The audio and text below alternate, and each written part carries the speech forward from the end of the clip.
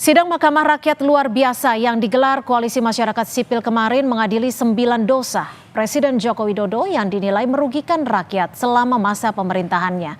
Kenapa sampai perlu digelar pengadilan rakyat untuk Jokowi dan apa dampaknya bagi Jokowi jelang berakhirnya masa kepemimpinannya? Sudah ada juru bicara Mahkamah Rakyat luar biasa Edi Kurniawan dan juga tenaga ahli utama KSP Ali Mohtar Ngabalin. Selamat sore Bang Ngabalin dan selamat sore Mas Edi. Nona, apa kabar? Kabar baik, terima kasih sudah bergabung bersama kami di Kompas Petang. Saya ke Mas Edi terlebih dahulu. Mas Edi, kenapa sampai diperlukan adanya Mahkamah luar biasa ini, Mas Edi? Tujuannya apa? Oke, terima kasih. Selamat sore. Mahkamah Rakyat luar biasa ini sesungguhnya telah dipersiapkan sejak kurang lebih 1 tahun ya. Untuk mengumpulkan semua kasus-kasus yang terjadi selama 10 tahun rezim Jokowi berkuasa. Pemilihan 10 ini dan para penggugat dan kasus-kasus yang diungkapkan kebenarannya melalui Mahkamah Rakyat ini tentu kasus-kasus yang sesungguhnya itu sudah lama terjadi ya. Ada yang bertahun-tahun, puluhan tahun, dan ada yang baru terjadi yang selama 10 tahun pemerintahan Jokowi itu tidak sanggup diselesaikan gitu. Sehingga rakyat ya memilih untuk berkumpul untuk menyelesaikan masalah sendiri dan meminta pertanggungjawaban Presiden Jokowi terkait 10 isu tersebut gitu. Oke. Yang kedua, jadi kasus-kasus ini pernah dilakukan upaya-upaya mekanisme formal secara kenegaraan ya. Sudah pernah menggugat sampai ke Mahkamah Agung dan menang, itu tidak bisa dieksekusi. Misalkan kasus di Kendeng ya sebagai penggugat, ada juga yang menggugat di pengadilan atau yang difinalisasi kalah tapi warga belum mendapatkan keadilan gitu. Sehingga ini Mahkamah Rakyat. Bang Ngabalin, melihat gerakan sipil ini respon KSP seperti apa? Iya, bagi kami biasa-biasa saja. Ini kan juga satu bentuk ekspresi dari mungkin ya namanya juga mahasiswa ya. Tapi saya sayang sekali kenapa. Bukan mahasiswa Bang? Apa ini? Ini ada beberapa elemen masyarakat. Iya, di UI apa di Depok? Nah, diadakannya di UI, tapi yang hadir sebagai hakim disebutnya ada aktivis HAM, ada juga mantan pegawai KPK dan lain sebagainya.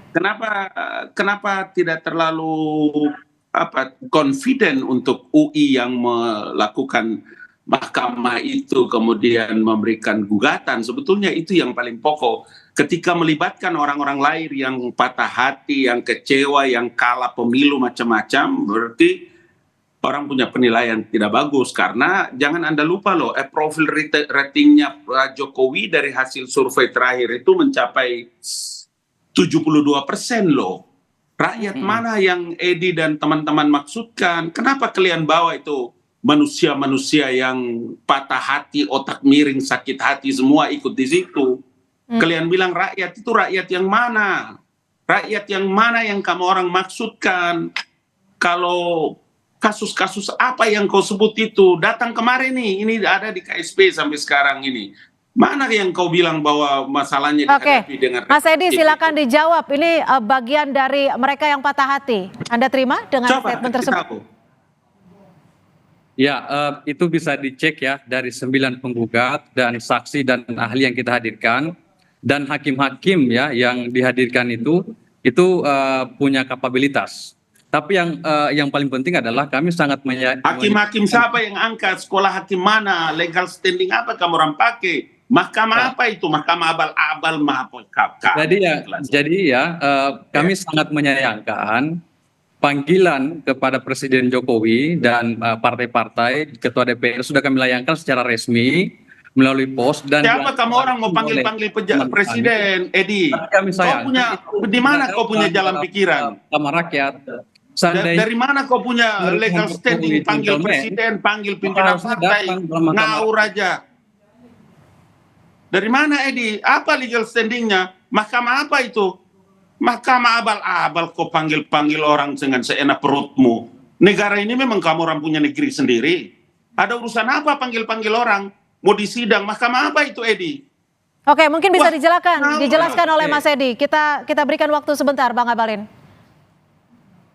Oke, jadi Mahkamah Rakyat ini sangat keliru kalau dikatakan ini barisan sakit hati. Karena yang berkumpul di Mahkamah Rakyat ini itu adalah para korban-korban pelanggaran HAM yang digusur, yang dikriminalisasi, yang dilaporkan, yang tidak mendapatkan keadilan. Gitu. Jadi yang peserta hadir itu kurang lebih 300 orang, itu murni dari masyarakat, dari petani, nelayan, masyarakat perkotaan, dan mereka datang secara swadaya. Jadi nggak ada hubungannya dengan pilpres, dengan pemilu, dengan sakit hati.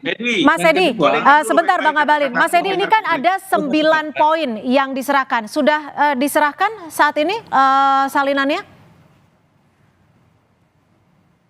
Diserahkan ke mana? Diserahkan agar Presiden Jokowi tahu. Kamu mungkin? bawa kemana? Dengar dulu.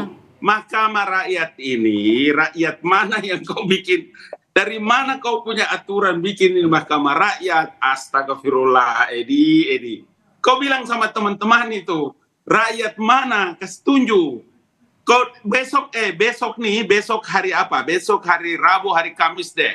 Jumat, bawa datang kemari sini supaya kita kasih tahu mana yang kau bilang rakyat yang tidak mendapatkan itu keadilannya, mahkamah mana yang jangan kau bikin mahkamah sendiri. Oke, Mahkamah jadi Bang Rakyat, Abalin akan kau membuka dapat pintu untuk hari kewenangan Jumat dari mana? untuk teman-teman dari Apa Mahkamah legal Rakyat standing untuk membuat datang ke sana, Mahkamah Bang Rakyat? Abalin.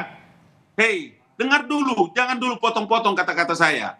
Dari mana kau dapat legal standing? Kenapa kau buat Mahkamah Rakyat di luar dari aturan Republik ini? Dari mana rakyat? Siapa yang kau maksudkan? Gampang-gampang aja kau panggil-panggil orang untuk datang di Mahkamah Rakyat. Edi, aduh bahaya nih generasi kita ini. Gitu loh. Oke, Besok Bang Abalin. bawa datang siapa Maaf yang saya kau potong bilang ya karena kita juga terbatas dengan Dengar durasi. dulu, dengar. Bawa datang ke Kompas. Dari sana besok bawa datang ya. Saya jam 8 sudah ada di kantor staf presiden. Mana itu mereka yang bilang tidak mendapatkan keadilan itu? Di mana siapa yang besok menolak hari mereka? Kamis atau hari Jumat tadi, Bang Abalin? Mau hari Kamis, mau hari Jumat saya tunggu. Oke, Bawa Mas Edi kemari. akan tiba Jangan atau akan kau datang bikin membuka mahkamah ataupun sendiri. diterima oleh Bang Mahkamah Abalin nyau, langsung? Mahkamah abal-abal. Silakan kita beri waktu dulu kepada Mas Edi, Bang Abalin. Bang Abalin sudah diberikan pintu sebesar-besarnya oleh KSP untuk berbicara secara langsung, untuk menyampaikan aspirasinya. Besok atau Jumat pagi, Bang Abalin sudah membuka pintu. Apakah teman-teman akan hadir? Oke, sekarang logikanya saya balik. Dalam negara demokrasi ini, saya pikir Mahkamah Rakyat ini kan adalah sebuah bentuk kritik terhadap pemerintahan. Itu sah-sah saja secara demokrasi. Dan kenapa kami memilih bentuk Mahkamah Rakyat? Pertanyaannya saya balik. Kami tantang, apakah presiden mau tidak dipanggil oleh rakyat?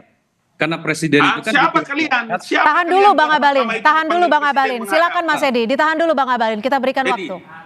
Dan sekarang Mahkamah Rakyat itu yang berkumpul adalah warga negara menjadi korban pelanggaran HAM atas nama demokrasi dan konstitusi memanggil Jokowi untuk mempertanggungjawabkan semua kebijakan-kebijakannya. Oke, Itu cukup. Oke, saya yang memberikan secara timing demokrasi. Bang Abalin. Sebentar. Nah, poinnya ini adalah rakyat memanggil presiden. Memanggil presidennya kemana, Mas Edi? Coba Ke Mahkamah Rakyat. tanya dia baik-baik itu, coba supaya dia mengerti. Memanggil presidennya kemana nih? Akan ditemui kemana? Memanggil ke forum Mahkamah Rakyat luar biasa atas nama demokrasi. Ya Allah ya Rabbi. Kau Oke. itu betul-betul. Oke, Bang Abalin, diklaim ini adalah suara dari rakyat yang memang menyatakan merasa tidak mendapatkan keadilan. Disebutnya juga 9 dosa atau nawa dosa Presiden Jokowi. Ini Pak Jokowi tidak respon langsung, kenapa? Dengar dulu baik-baik. Kompas TV dengar baik-baik supaya Ya, kasih kesempatan. kami dengar dengan lapang terbuka. Apa yang membuat legal standingmu, membuat Mahkamah Rakyat, enak-enakmu panggil itu presiden, panggil ketua-ketua partai. Apa urusannya Edi? Kenapa ada orang terpelajar kayak begitu? Atas nama demokrasi menjual demokrasi dengan harga murah, atas nama demokrasi kalian salurkan semua kebencian-kebencianmu. Kalau mau supaya orang-orang yang tidak mendapatkan keadilan itu bawa datang ke istana, kasih tahu di mana tempatnya, nanti saya jemput. Di mana masalahnya? Pengadilan mana yang belum mengurus mereka dengan baik? Jangan begitu caranya. Baik. Membuat itu tidak bagus dalam pembelajaran kepada masyarakat. Kenapa kau tidak bikin sekalian negara sendiri, bikin mahkamah sesuka hatimu? Apa itu? Masa orang terpelajar kayak begitu cara kerjanya? Tidak boleh begitu, itu tidak benar. Itu demokrasi kau jual atas Bang nama Ngabalin, demokrasi. tapi kalau dari Pak Ridwi Payana menyebut ini menerima apresiasi secara terbuka. Biar saja, itu Ridwi Payana beda dengan saya. Saya harus mengkritik. Saya anak UI loh, saya anak Universitas Indonesia. Baik. Saya anak Iluni. Saya tidak mau kampusku dibikin kayak harga murah begitu. Baik, terima kasih Bang Ngabalin. Saya ke Mas Edi. Mas Edi terakhir Mas Edi, singkat saja. Setelah respon dari KSP, apa yang diharapkan dari teman-teman People's Tribunal ini? Mas Edi. Ya, silakan Mas Edi. Setelah mendapatkan jawaban dan juga respon dari Bang Ngabalin dari KSP, jadi, apa yang diharapkan? Ada amar putusan hakim ya. Bahwa wajah pemerintahan Jokowi ini anti demokrasi gitu. Ada kontradiksi di internal istana. Di satu sisi menerima sebagai kritik, tapi Bang Ngabalin menyatakan ini bukan kritik. Nah, kami menganggap ini bagian dari demokrasi, bentuk kritik kami dalam bentuk mahkamah rakyat yang harusnya dipertanggungjawabkan oleh Jokowi. Tapi dengan adanya anti kritik begini, kami bisa. Ini bukan kritik, saya tidak setuju caramu. Baik. Kau tidak berpendidikan namanya itu. Hanya alasan demokrasi kamu orang berbuat sesuka hatimu. Baik, terima kasih Bang Ali Mohtar Ngabalin, tenaga ahli utama KSP, dan juga Mas Edi Kurniawan, jubir Mahkamah Rakyat luar biasa. Mungkin setelah ini bisa langsung kontak untuk bertemu secara langsung dan membuka ruang musyawarah. Terima kasih.